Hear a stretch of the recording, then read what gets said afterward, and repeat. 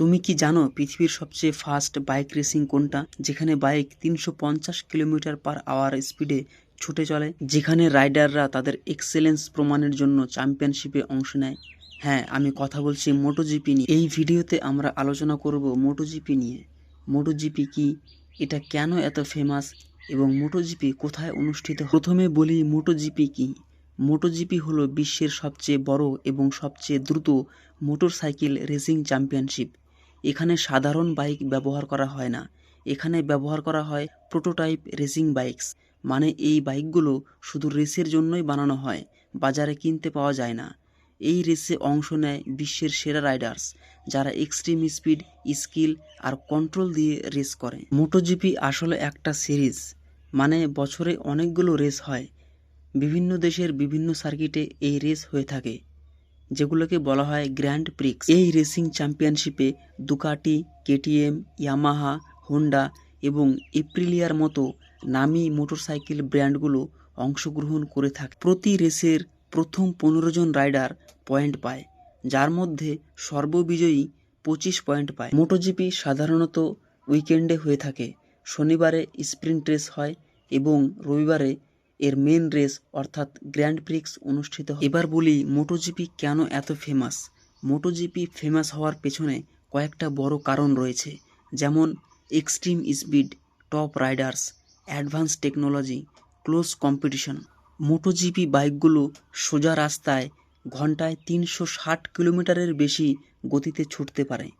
এই বাইকগুলো মাত্র 2.2 সেকেন্ডে 0 থেকে 100 কিমি গতি তুলতে পারে, যা অনেক ফর্মুলা 1 কারের চেয়েও দ্রুত। এখানে পৃথিবীর টপ রাইডাররা রেস করে থাকে, যেমন Marc Marquez, Marco Bezzecchi, Pedro Acosta. Turning নেওয়ার সময় রাইডাররা বাইকটিকে 65 ডিগ্রি পর্যন্ত কাত করে থাকে, যেখানে তাদের নি এমনকি এলবো মাটি স্পর্শ করে।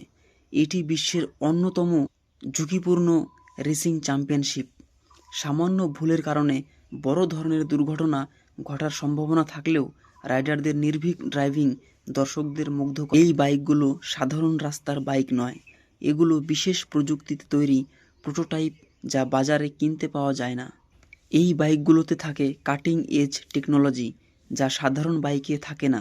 মোটোজিপির অনেক টেকনোলজি, যেমন ইলেকট্রনিক এইডস, টায়ার কম্পাউন্ড, পরবর্তী 10 থেকে 15 বছর পর সাধারণ কমার্শিয়াল বাইকে ব্যবহার করা হয়। কার রেসিংয়ের তুলনায় মোটোজিপিতে ওভারটেকিং অনেক বেশি হয়।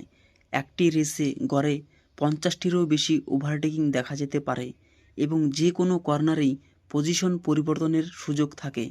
তাই অনেক সময় রেসের লাস্ট ল্যাপ পর্যন্ত উইনার কে হবে তা বলা কঠিন হয়ে যায়। 2025 সাল অনুযায়ী মোটোজিপির বিশ্বব্যাপী ভক্তের সংখ্যা প্রায় 632 মিলিয়ন। মোটোজিপি কোথায় অনুষ্ঠিত হয়? মোটোজিপি অন্যান্য খেলার মতো একটি দেশের মধ্যে অনুষ্ঠিত হয় না। মোটোজিপি বিশ্বের সমস্ত মহাদেশে অনুষ্ঠিত হয়ে থাকে, যেমন Thailand, Indonesia, Japan, Spain, Italy, কাতার।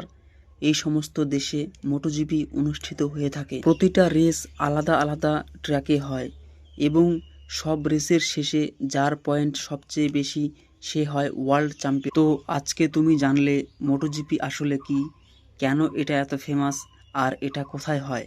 পরের ভিডিওতে আমরা জানবো মোটোজিপির রুলসগুলো কি কি আর এখানে পয়েন্ট সিস্টেম কিভাবে কাজ করে। ভিডিওটা ভালো লাগলে লাইক, শেয়ার আর সাবস্ক্রাইব করতে ভুলো না।